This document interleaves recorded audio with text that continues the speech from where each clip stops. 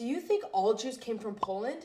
Well, tell that to my Cuban Jewish family. Welcome to Diaspora Diaries, where we talk about all the niche Jewish cultures from around the world and how they got to be there. How did Jews even end up in Cuba? In 1492, when Columbus sailed the ocean blue, it was actually believed that there were Jews on his ships that came to Cuba because they were fleeing the Spanish Inquisition. In the 16th and 17th century, there were many Jews that fled Brazil because they were being persecuted under Portuguese rule. In the 20th century, there was another large wave of Jewish immigration to Cuba from specifically Turkey because they were fleeing persecution there as well.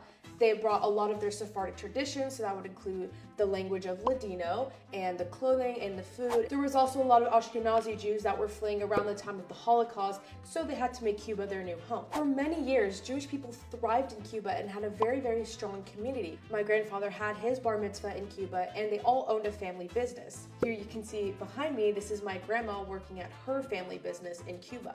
This all changes when Castro rises to power in 1959, and a lot of them flee because of this new communist rule. Around 14,000 Jews flee Cuba, with about 1,000 remaining to this day, and some of those being my own family. We may be a very small community, but we are still thriving to this day. Thank you for listening to Diaspora Diaries, and I hope you learned something new about the Cuban Jewish community.